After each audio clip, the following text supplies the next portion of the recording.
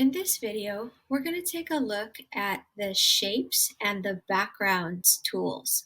You can find those tools right here in the icon with the three dots. Let's start with the shapes. If I click here, you can see I have lots of different shapes that I can choose to use. Once you click on a shape, it appears on your canvas. Then you can come and click over here to make the menu of shapes disappear. Now, I can make my square bigger, I can move it, and I can change the color. Let's take a look at the background.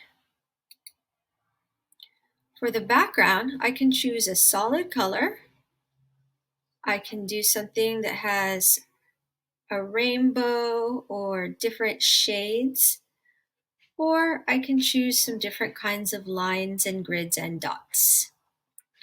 I think I'm going to choose blue so that it will look like a sky. You can use the shapes and the background to build pictures. For example, I could create, I think I'll try this one. I could create something that looks like a house. I could probably make a sun out of a circle. So there's lots of different things that you can do with the shapes and the background. Also, don't forget, this is where you can get your mathematical symbols if you want to use these instead of drawing them.